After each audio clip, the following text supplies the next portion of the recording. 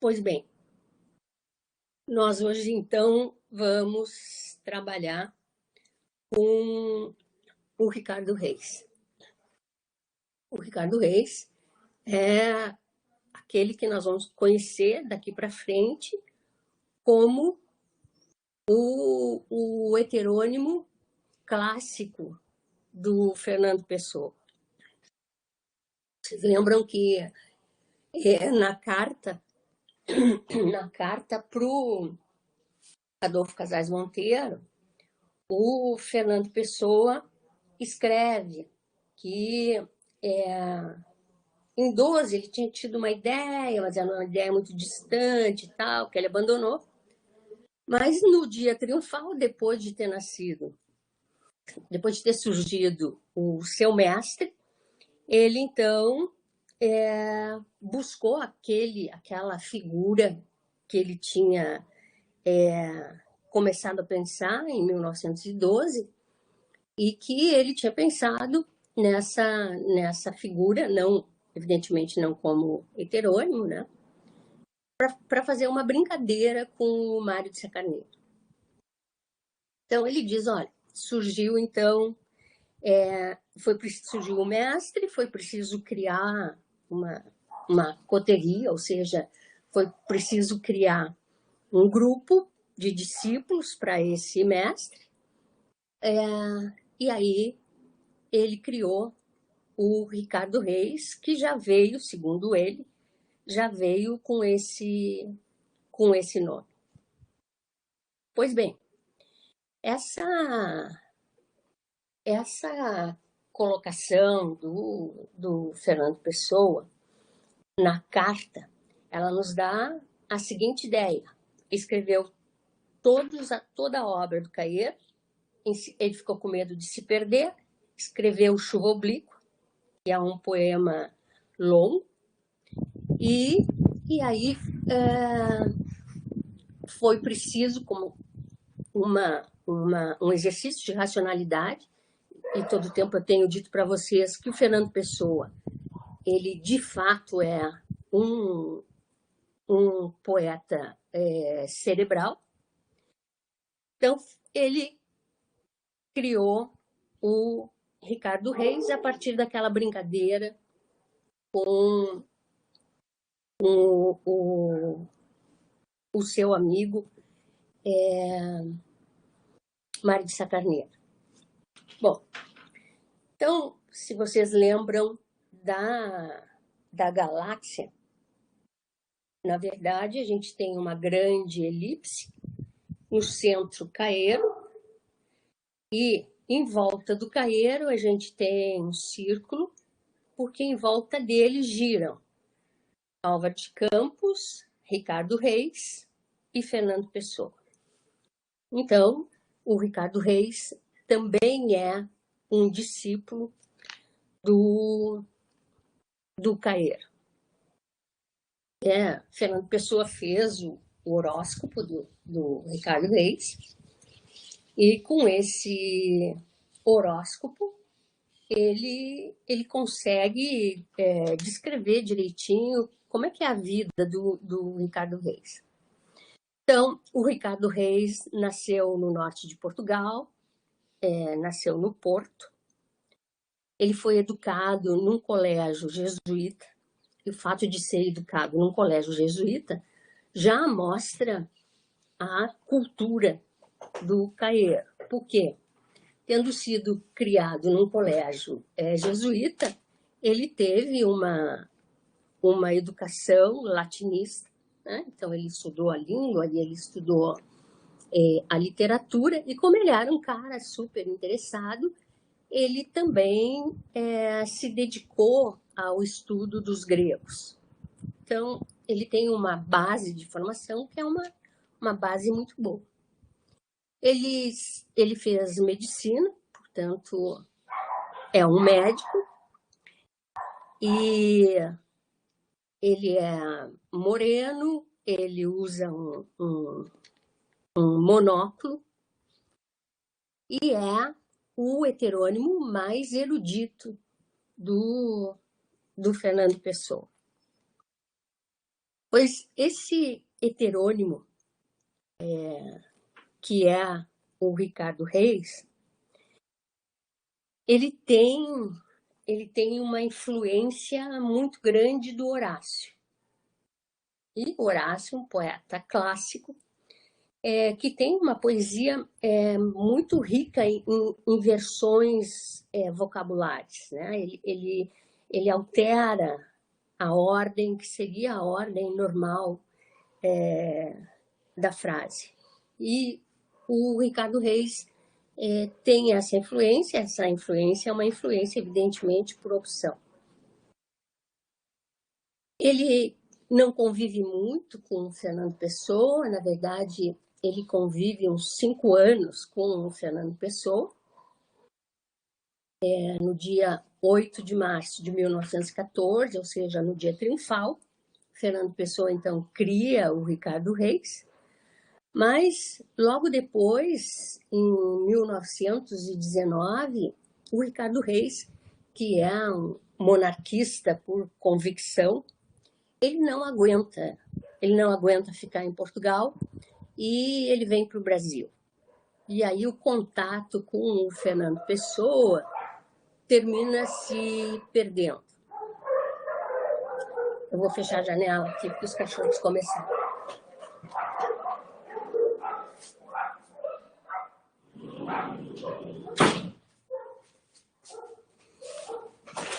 Então, esse contato com o Fernando Pessoa termina se perdendo. Vocês me perguntassem, aí ele volta ao Brasil, ele volta, mas ele volta ao Brasil, ele volta a Portugal, levado pelo José Saramago no livro O Ano da Morte do Ricardo Reis, que é maravilhoso, é absolutamente fantástico. Pois bem, então o Ricardo Reis do Fernando Pessoa fica morando no Brasil e eles perdem o contato.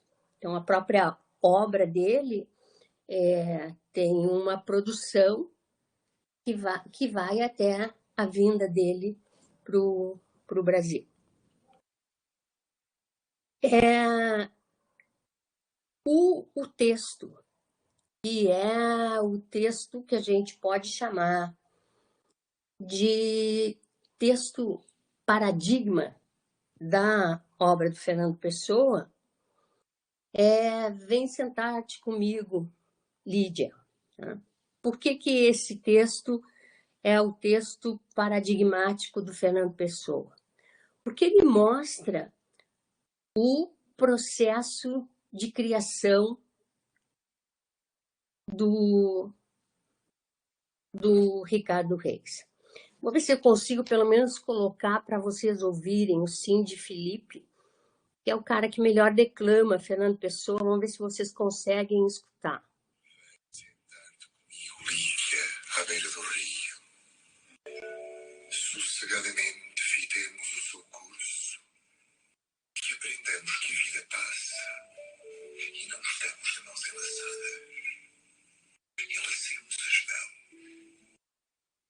Depois pensemos, crianças adultas, que a vida passa e não fica, nada deixa e nunca regressa. Vai para um mar muito longe, para o pé do fado, mais longe que os deuses. Desenlacemos as mãos porque não vale a pena cansar. Quer gozemos, quer não gozemos, passamos como o rio. Mais vale saber passar silenciosamente e sem desassossegos grandes. Sem amores, nem ódios, nem paixões que levantam a voz, nem invejas que dão movimento demais aos olhos, nem cuidados, porque se os tivesse o rio sempre correria e sempre iria ter o mar. Amemos tranquilamente, pensando que podíamos, se quiséssemos, trocar beijos e abraços e carícias, mas que mais vale estarmos sentados um perto do outro, ouvindo correr o rio e vendo. Olhamos flores, pega-te nelas e deixa-as no colo, e que o seu perfume suavize o momento. Este momento em que sossegadamente não queremos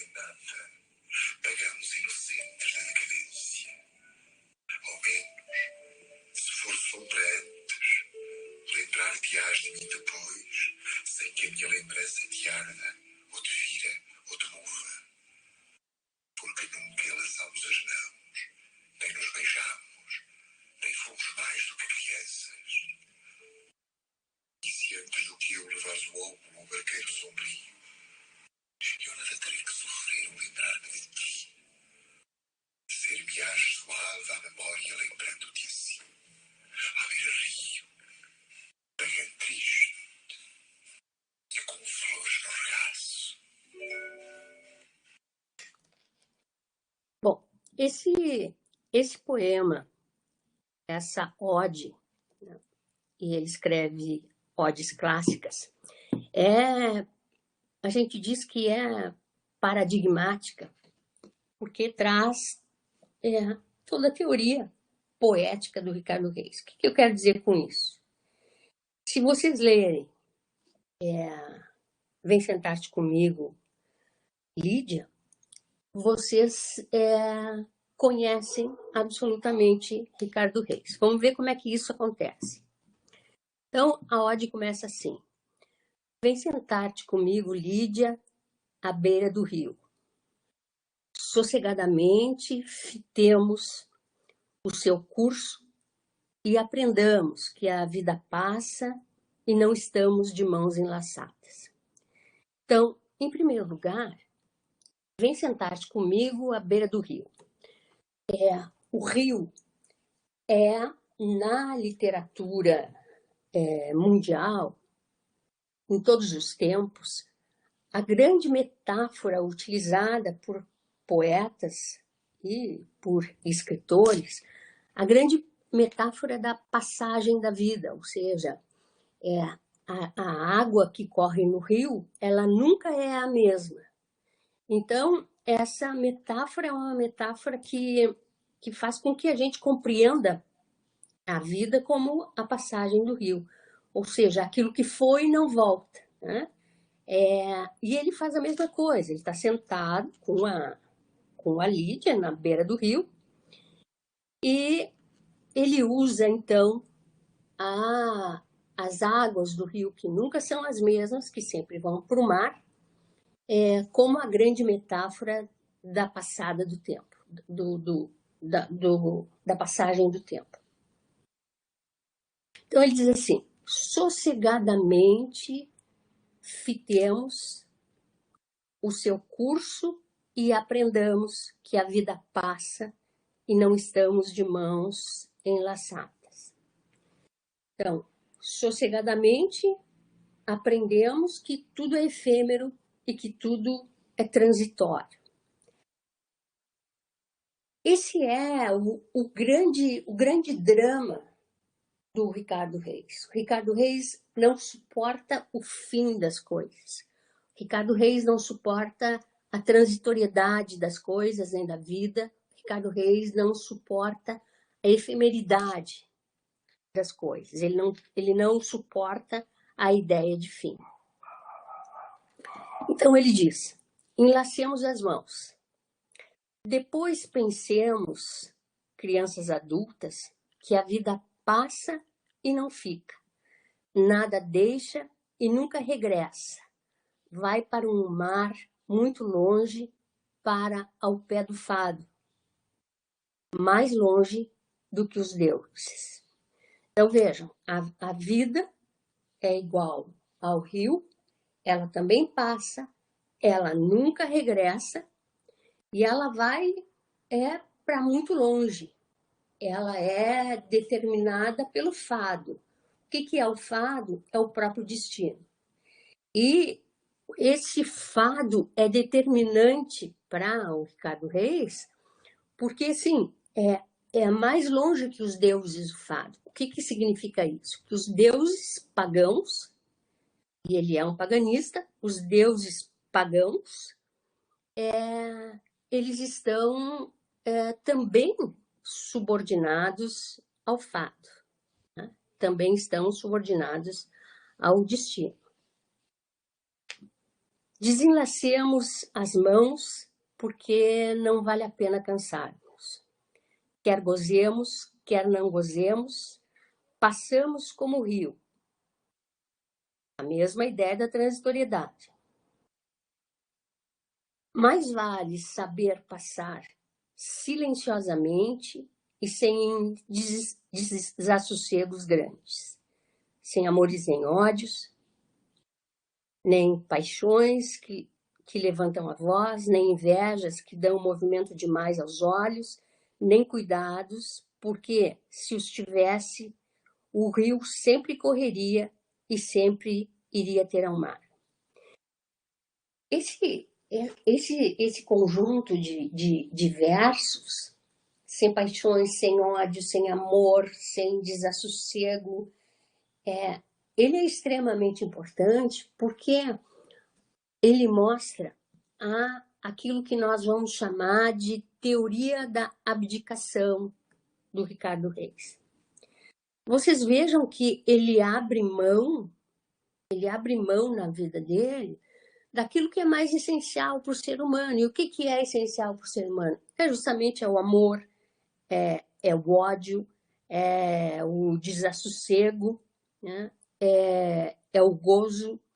Então, ele abre mão de tudo o que é essencial para o ser humano, porque isso vai terminar. Né? E como isso vai terminar, ele prefere, porque ele tem essa relação conflituosa com o tempo, ele prefere abrir mão. Então, ele não ama para ele não sofrer, porque o amor vai terminar. Ele não odeia, porque o ódio vai terminar. Ele não tem uma grande paixão, porque a paixão vai terminar. Ele não se permite nenhum sentimento, porque existe o destino. E o destino determina que tudo é efêmero e que tudo é transitório. Continuemos. Pagãos inocentes em decadência. Ao menos se for sombra antes, lembrar-te-ás de mim depois, sem que a minha lembrança te arda ou te fira ou te mova, porque nunca enlaçamos as mãos, nem nos beijamos. Vocês vejam, mesmo com a Lídia, que é a grande musa dele, ele também mantém um distanciamento, que é o próprio distanciamento clássico. Nem fomos mais do que crianças, quer dizer, está toda a inocência aí colocada. E se antes que eu levares o óbolo ao barqueiro sombrio, eu nada terei que sofrer ao lembrar de ti. Ser-me-á alegre, ser-me-á suave, a memória, lembrando-te assim, à beira-rio, paga triste e com flores no regaço. Pois bem, essa é a grande teoria poética do Ricardo Reis. Primeiro, tudo passa. Segundo, não sofrer. Para não sofrer, já que ele tem esse problema da transitoriedade e da efemeridade, ele traz consigo a abdicação. O que significa isso? Ele abre mão de tudo aquilo que é bom e de todos os prazeres. Um outro poema que mostra muito bem e que também é um poema que eu diria paradigmático do Ricardo Reis e que mostra muito, muito bem a questão da passagem do tempo, é o Tão Cedo Passa Tudo Quanto Passa. É um poema pequenininho e diz assim: tão cedo passa tudo quanto passa. Morre tão jovem ante os deuses quanto morre. Tudo é tão pouco. Nada se sabe, tudo se imagina. Circunda-te de rosas, ama, bebe e cala. O mais é nada.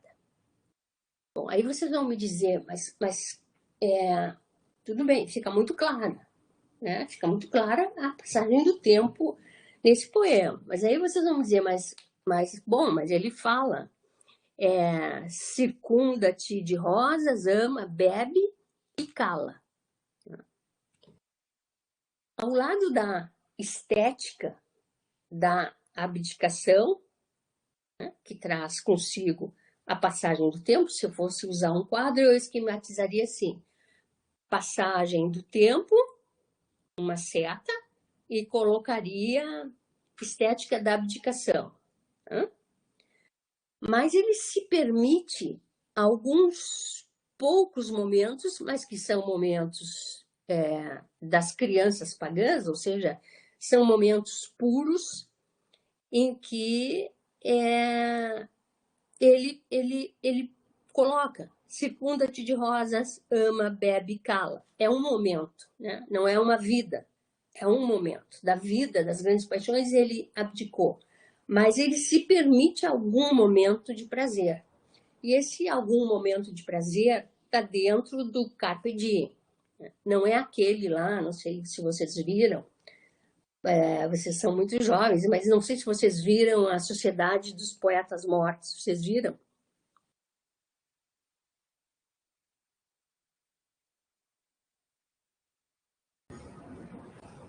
Alguém viu?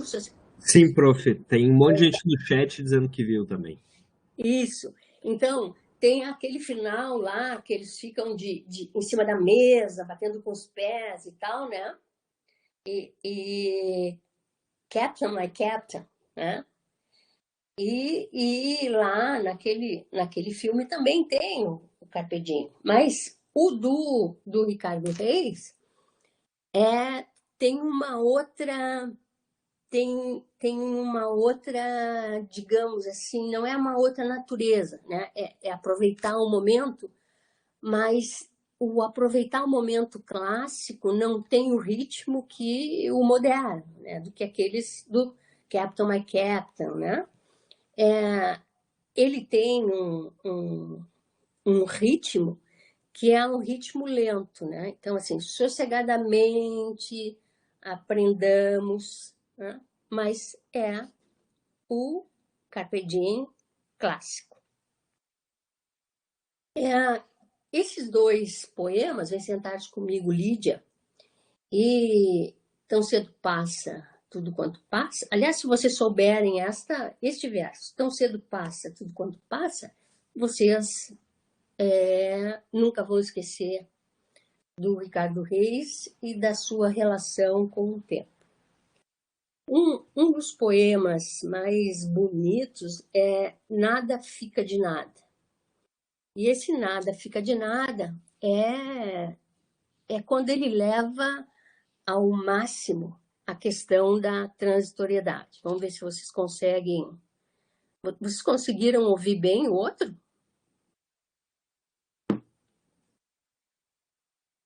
Deu para ouvir, sim, prof. Tá. Então vamos ver se vocês conseguem ouvir. Nada fica de nada. Nada somos. Um pouco ao sol e ao ar nos atrasamos da irrespirável treva que nos pese da humilde terra imposta. Cadáveres adiados que procriam. Leis feitas, estátuas vistas ou desfindas. Tudo tem cova sua. Se nós carnes aqui o último sol dá sangue, temos poente, porque não elas. Somos contos, contando contos. Nada.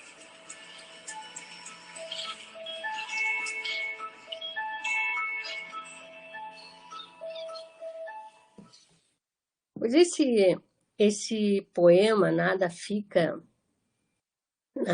de Nada, ele leva ao extremo, na verdade,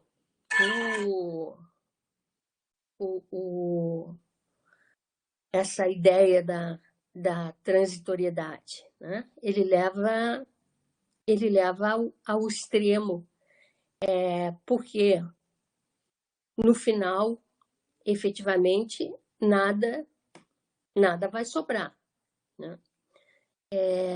E tem uma expressão que eu acho belíssima, não que eu seja ligada à morte, mas ele tem uma expressão que é belíssima, que é os cadáveres adiados que procriam. E ele vai usar em outras oportunidades essa expressão. Então, nada fica de nada, né? Efemeridade está colocada. Nada somos, e nós nada somos porque nós não quisemos nada, né? Nós abdicamos de tudo. Um pouco ao sol e ao ar, nos atrasamos da irresponsável treva que nos pese, da humilde terra imposta, cadáveres adiados que procriam. Leis feitas, estátuas vistas, odes findas, tudo tem cova sua. Se nós, carnes, a que um íntimo sol dá sangue, temos poente, por que não elas? Somos contos, contados, contos, nada. Então, não sobra nada diante da estética da abdicação. Não sobra absolutamente nada para o Ricardo Reis. Pois bem, colocados esses três poemas, onde fica muito claro a estética do Ricardo Reis, a gente pode muito bem pensar que quando o Ricardo Reis tem essa conexão forte com o Horácio, né, ele escolhe, então, aquilo que nós chamamos de odes clássicas, são versos irregulares. Mas, mais do que isso, ele também traz do Horácio essa cosmovisão que guia, entre aspas, a vida do Ricardo Reis, que está aliada a duas tradições. E as duas tradições são sustine e abstine. Isso é a máxima do estoicismo, né? O que é o estoicismo? É um alto poder de aceitação e de resignação, né? E também o abstine, ou seja, o se abstém, né? O desiste, está ligado a uma certa ideia de casto, de puro, de honrado. Então, ele é um estoicista. Ele aceita que tudo seja da forma como ela é, né? E para aceitar, ele se abstém, ele se utiliza da estética da abdicação. Mas ele também traz consigo o carpe diem.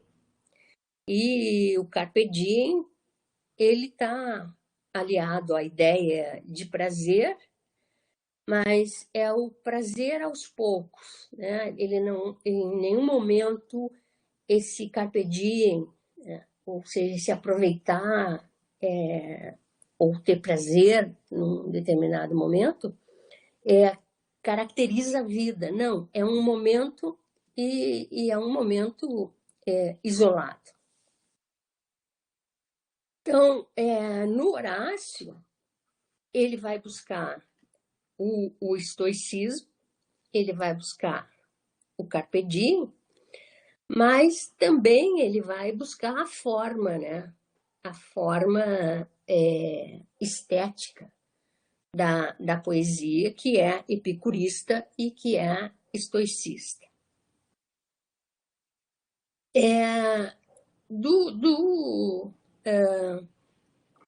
Do epicurismo, então, é um prazer puro, equilibrado, mas que não pode trazer absolutamente nada de dor e que não pode ser prolongado, não pode ser estável, né? E do estoicismo, ele traz a subordinação do comportamento humano as leis da natureza, não a natureza do Alberto Caeiro, árvores, florestas e tal, mas a própria natureza humana, que traz consigo essa ideia de fim. Bom, então, isso faz com que ele chegue àquilo que nós vamos chamar de niilismo, né? Que é quando ele chega nesse último poema que a gente viu e que ele termina com nada, né? Não sobra nada. Então, esse niilismo, esse não acreditar, né? E ao mesmo tempo marcado pela aceitação, mostra no Ricardo Reis como a vida é miserável, como a vida é miserável mesmo, não sobra nada, né? Como os homens são, a condição humana é miserável. Então, se eu fosse representar, eu teria assim a transitoriedade, que levaria à inutilidade, né? Se tudo passa, se tudo é transitório, tudo é inútil.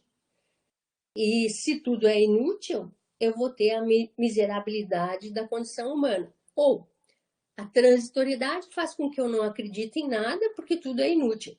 E aí isso se chama niilismo.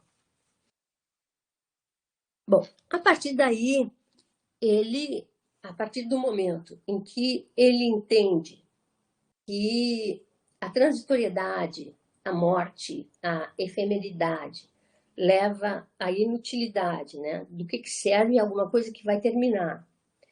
E que isso revela para ele como o homem é miserável, porque ele já nasce com o seu destino, ele já nasce para morrer. Né? Então, a partir daí, ele assume aquilo que os gregos chamam de ataraxia. É uma palavra difícil, mas o conteúdo é muito tranquilo. Ou seja, uma imobilidade. Ele assume a ataraxia grega, a imobilidade grega. Né? Ele tem uma imobilidade muito grande. O que sobra para ele diante da imobilidade e diante da estética da abdicação, não sobra nada para o Ricardo Reis a não ser contemplar. E aí é aquela primeira frase do vem sentar-te comigo, Lídia, à beira do rio. Né? Contemplemos e tal.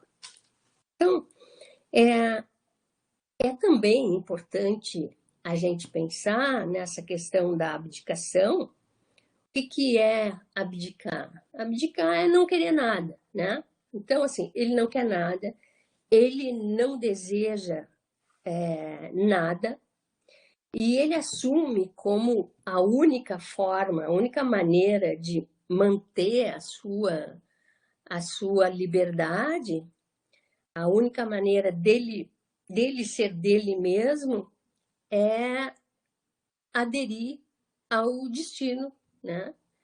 Que persegue não só os homens, mas que persegue também os deuses.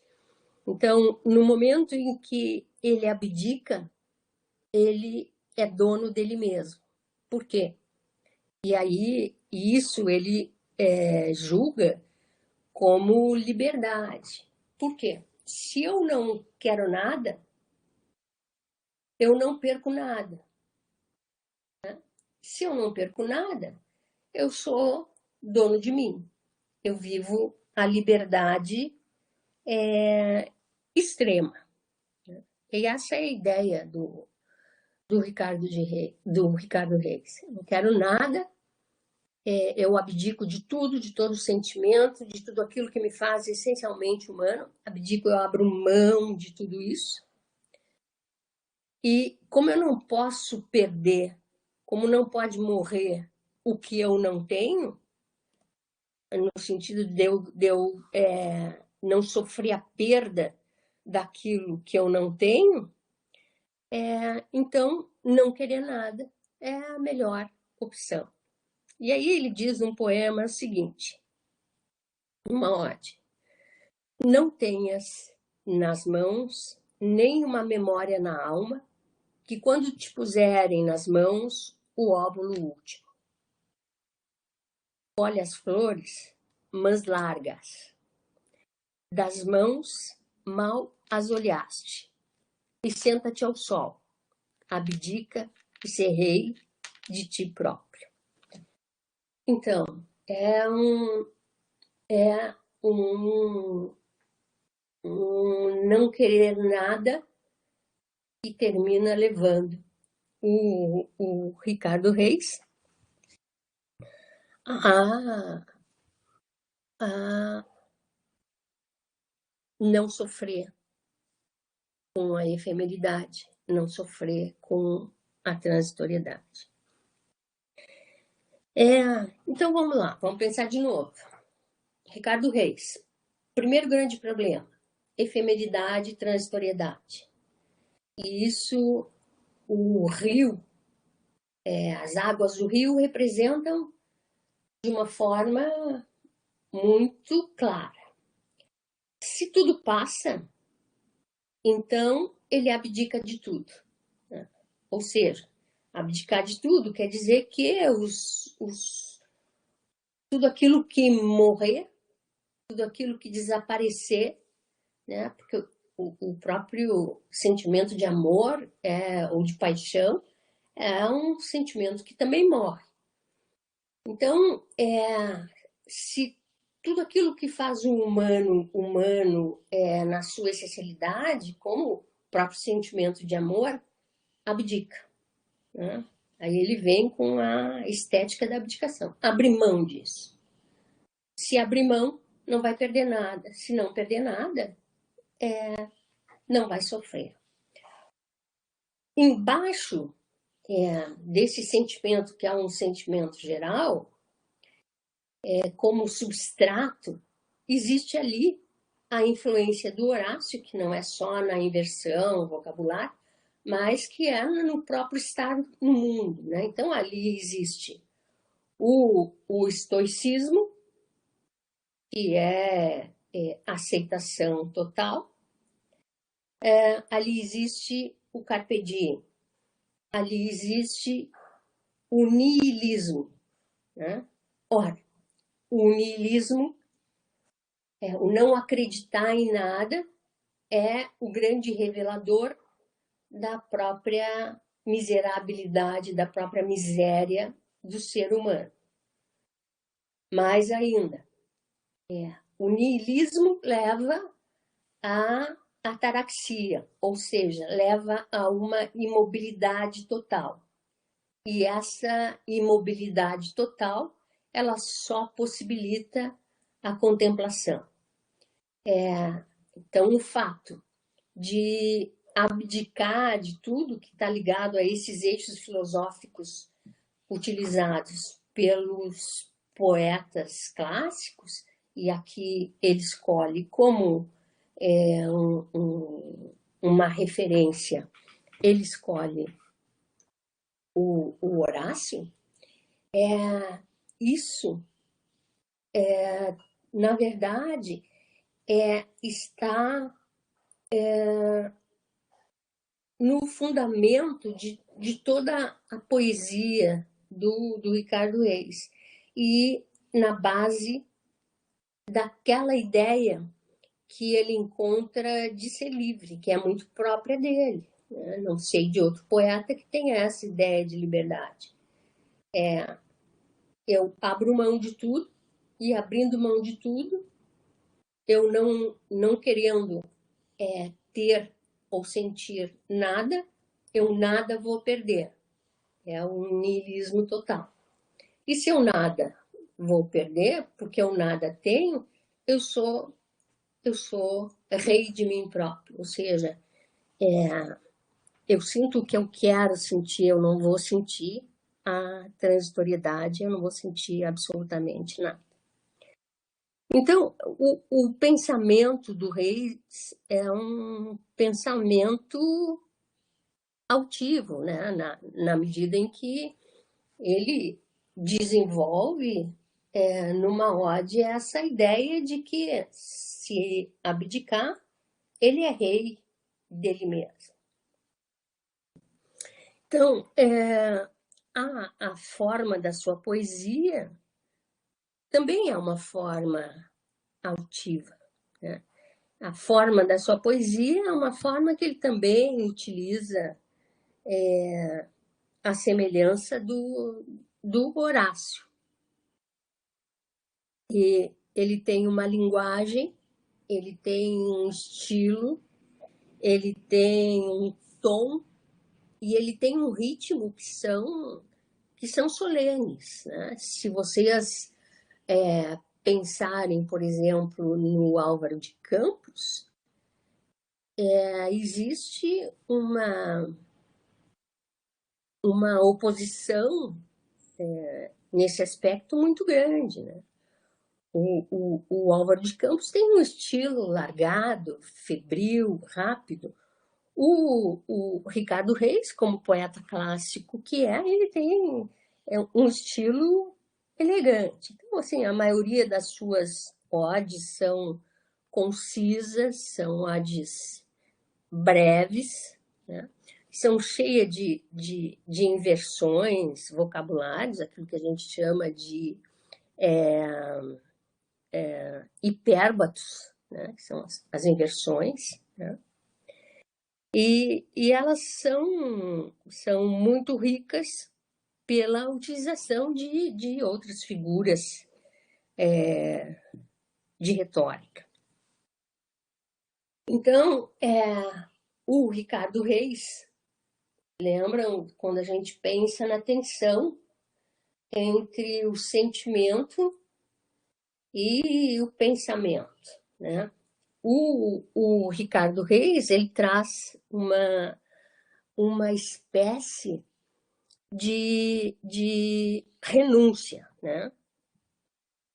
Ele traz uma renúncia que é diferente da renúncia do Fernando Pessoa, porque a renúncia do Fernando Pessoa é uma renúncia de uma outra ordem, né? Fernando Pessoa renuncia porque não tem capacidade de viver o real. O Ricardo Reis, não. Ele renuncia porque é a forma que ele encontra de vida, né? E ele usa uma falsa vitória, ou seja, o fato de ser rei dele mesmo, através de um distanciamento filosófico. Então, quando a gente pensa nessa relação sentimento-pensamento, ele, na verdade, como todo o poeta clássico, ele tem que manter um equilíbrio entre o sentimento e o pensamento. Ele, de fato, ele até tenta manter esse equilíbrio, mas o que em várias odes impedem esse equilíbrio é um sofrimento que ele não quer ter, mas que ele tem. E fica muito claro nas odes. Ele tem com a passagem do tempo. Um dos poemas mais bonitos é o poema a ode em que ele fala com o mestre Caê. Então tem aqui uma gravação da Maria Bethânia com a Cleonice Berardinelli, que foi uma grande... ela tem 104 anos hoje. E quase com 100 anos ela fez essa gravação com a Maria Bethânia.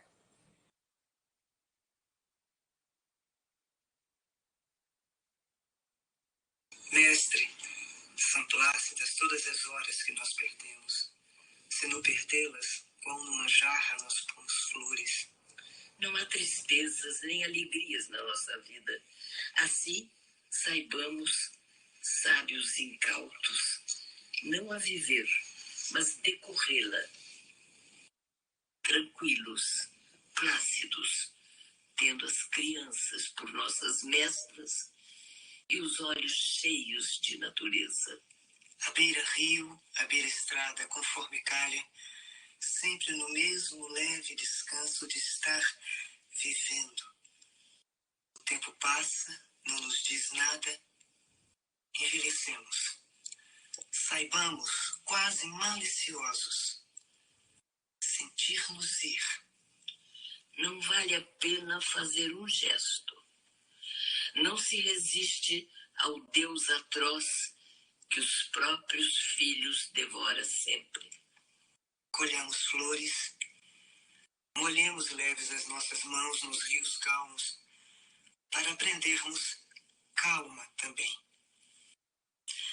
Girassóis sempre fitando o sol, da vida iremos tranquilos, tendo nem o remorso de ter vivido. É muito, essa ode, ela é muito bonita e, de certa forma, ela mostra para a gente que ela termina mostrando para a gente que, mesmo ao conversar com o mestre, a própria filosofia, as próprias escolhas de vida que ele fez são diferentes das escolhas do mestre. Então, para terminar, a gente pode, como a gente já viu o Caeiro, a gente pode já estabelecer alguma relação entre eles. Então, o Fernando Pessoa afirma em dado momento, lá na carta, que ele pôs no Ricardo Reis toda a sua disciplina mental. E a disciplina, essa palavra disciplina, já fornece, evidentemente, para a gente elementos referenciais que são importantes para o entendimento do Ricardo Reis. Então, essa é a primeira distinção do Caeiro. O Fernando Pessoa diz que colocou no Caeiro a sinceridade. E o Fernando Pessoa diz que colocou no Ricardo Reis a disciplina. Mais ainda, o Fernando Pessoa, num dado momento lá da carta, ele diz assim, pus em Ricardo Reis toda a disciplina mental, né? E essa disciplina, de qualquer maneira, ela é uma disciplina que não consegue se manter todo o tempo. Enquanto o Ricardo Reis desfaz essa tensão, e falou muito bem na aula passada, eu não me lembro o nome, mas a voz está aqui, quem tem falado comigo, que é o Marcelo, falou muito bem do Ricardo Reis entre sensação e pensamento. Não, acho que foi outra pessoa, professora. Acho que fui eu, prof. Márcio.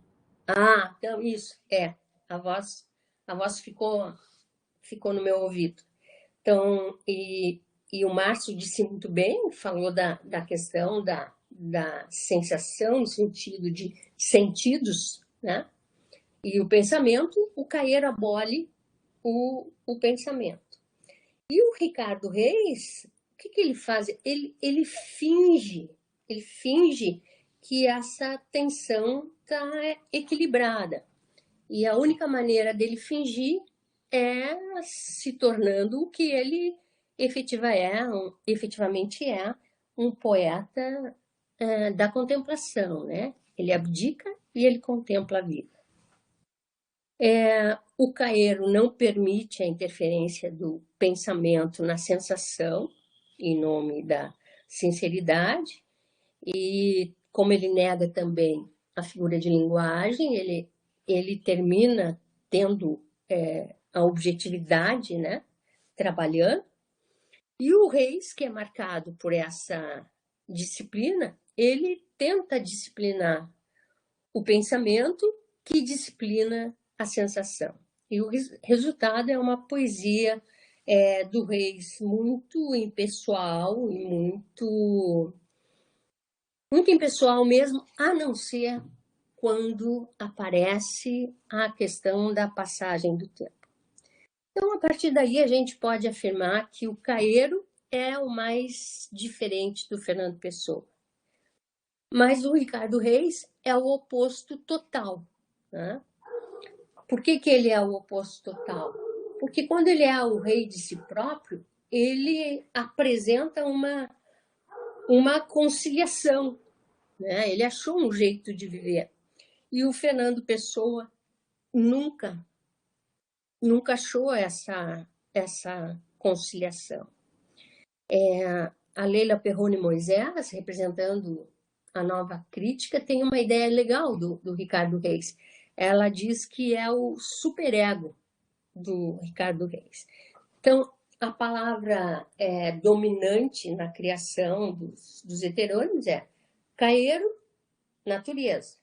Ricardo Reis, transitoriedade. Então, essas são as palavras dominantes, ou seja, são os grandes temas dos dois. Caeiro, natureza, Ricardo Reis, transitoriedade.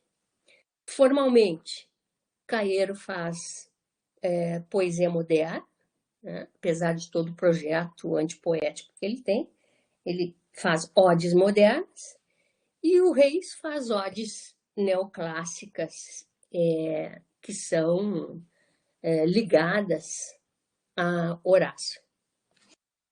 O que os dois têm em comum? O que os dois têm em comum é que eles vão fundar o neopaganismo. Então, o neopaganismo diz respeito ao fato de que o Caeiro enxerga Deus se Deus for a natureza. E o Reis simplesmente coloca o Deus cristão no altar, digamos assim, coloca no altar dos deuses pagãos. E essa já é uma diferença grande entre eles. Perguntas, gente?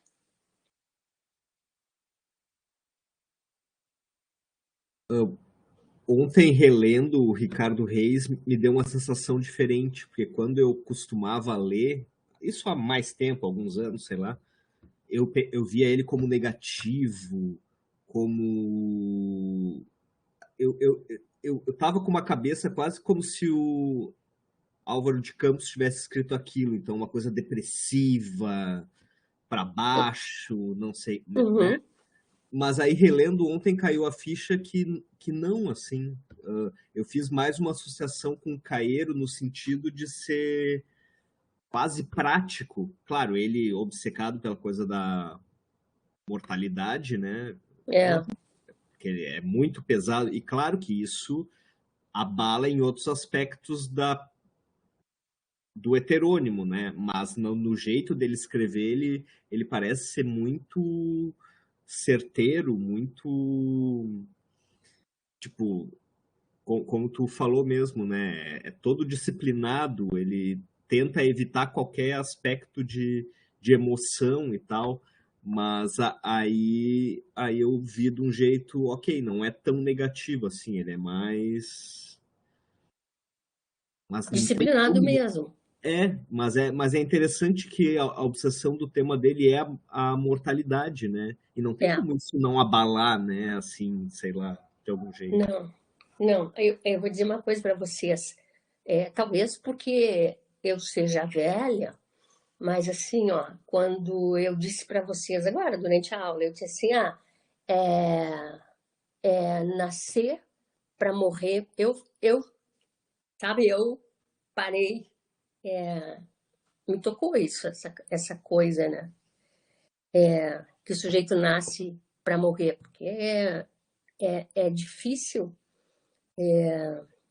a forma de expressão que o Reis encontra para falar dessa transitoriedade. Isso faz do Reis um poeta muito, muito rico, né? Ele achou uma forma de vida, que é a contemplação. E é uma escolha, né? É uma contemplação e é uma escolha para não sofrer, com isso que ele sabe que existe, que é a transitoriedade, ou a efemeridade, ou a morte. O prof, e daria para dizer que essa contemplação ele tira do mestre Caeiro? Dá para dizer que ele tira do mestre Caeiro. Nunca esquecendo, entretanto, que a contemplação do Ricardo Reis, ela envolve princípios filosóficos que vêm lá do próprio classicismo, que vêm lá do Horácio.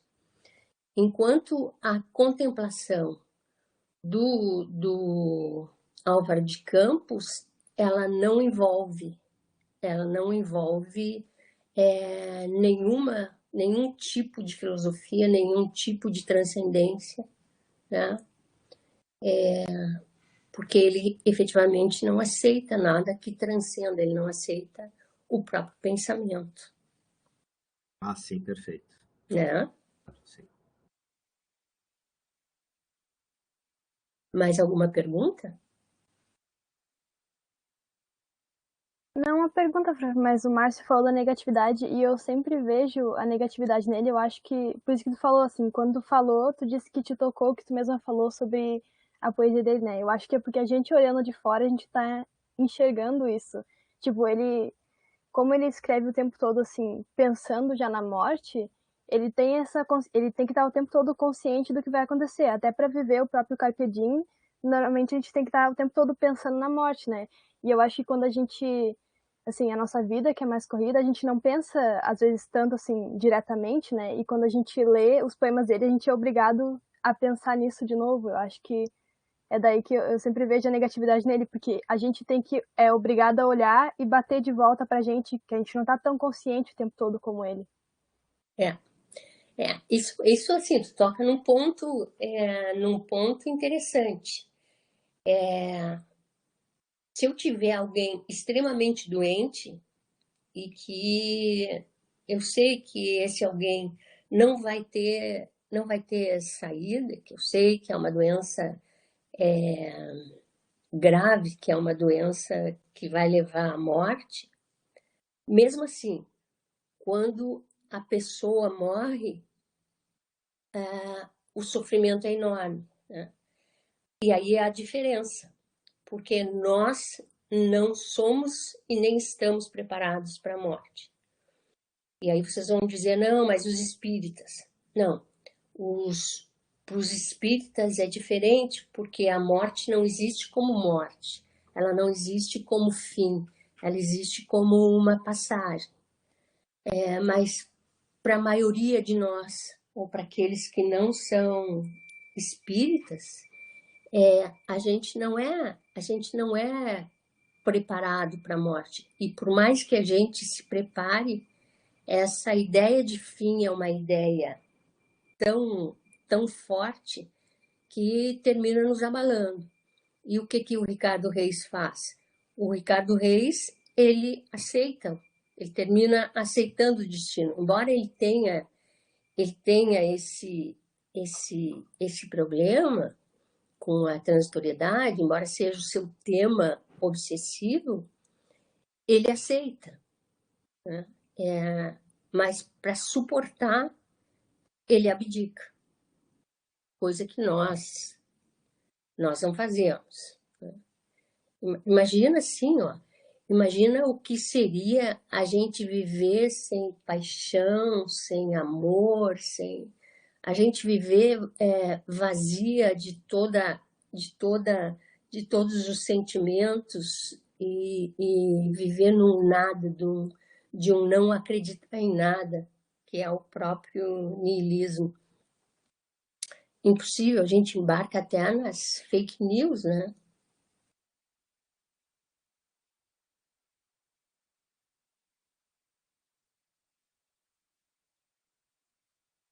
Mais alguma pergunta? Ou algum comentário?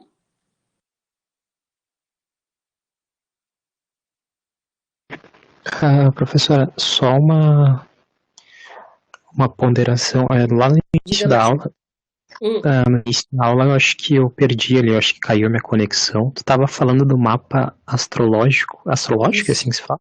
Isso, né? Mapa astrológico do Ricardo Reis, é isso? Isso.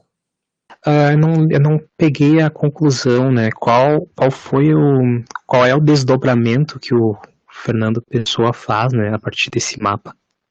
O mapa do Ricardo Reis é um mapa que mostra onde ele nasce. Ele é do norte, ele vai ter um temperamento condizente com o norte, que é mais conservador ainda do que o sul português. Ele dá a hora do nascimento e dele, do Ricardo Reis. E, enfim, ele fala um pouco do destino do Ricardo Reis, né? E, ao mesmo tempo em que a gente fala abdica e ser rei de si próprio, o Fernando Pessoa termina mostrando que ele não vai ficar em Portugal. É muito interessante. Ele fez um mapa para cada um dos heterônimos, como se o mapa confirmasse o que são os heterônimos. E aí ele fez mapa para ele fez mapa para Portugal. Na verdade, ele era um apaixonado pela astrologia.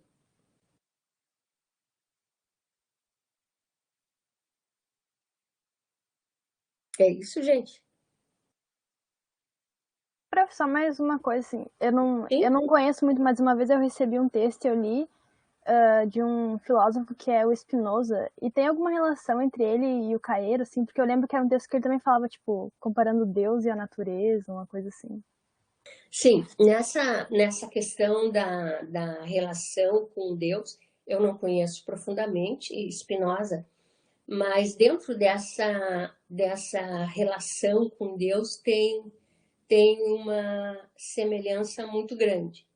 É interessante porque eles não chegam a ser panteístas, né? Mas essa colocação deles em relação à natureza e a um ser supremo, isso existe e fica muito claro. Mas o Spinoza não tem o que o Alberto Caeiro tem, que é a negação da transcendência do pensamento e da filosofia. O próprio Spinoza não poderia ter, porque ele é filósofo, né? E isso traz uma diferença na percepção da natureza. Tá bom, obrigada. Não, eu que agradeço. Mais alguma pergunta? Estou gostando que vocês estão participando. Acho que isso estimula. É engraçado, né? Isso estimula um professor. Quanto mais perguntam, mais o professor tem que se preparar para a próxima aula. Eu acho isso maravilhoso. Eu vou dizer uma coisa para vocês: eu nunca entrei numa aula sem preparar. Posso dar o mesmo assunto, se dou a mesma cadeira, né? Mas nunca entrei sem preparar uma aula. E isso fica para vocês que que estão na licenciatura. Acho que preparar uma aula é o maior respeito que a gente pode ter pelo aluno, por mais que a gente possa eventualmente conhecer o tema da aula. Então, assim, eu quero pedir desculpas para vocês, porque terminou sendo diferente daquilo que eu tinha planejado, mas eu vou ter que dar um jeito de descobrir qual é o tamanho de slides que eu posso colocar no MConf. Mas eu vou mandar os slides para vocês, eu acho que vale a pena. Tá bom, gente? Então, a partir de segunda-feira, vou mandar para vocês o e-mail também. A partir de segunda-feira, nós passamos a ter 2 e não um período de aula. E aí nós não teríamos aula às quintas. Então, vou refazer o cronograma, vou mandar para vocês também, vou colocar no Moodle. E aí ninguém se perde. Ok? Então, gente, um beijo para vocês. Até segunda e aproveitem o fim de semana. Como o Carpe Diem de hoje, não como o Carpe Diem do Ricardo Reis. Bom fim de semana para vocês. Fiquem bem. Obrigado pela aula, professora. Obrigada. Até, Beijo. gente. Obrigada a vocês.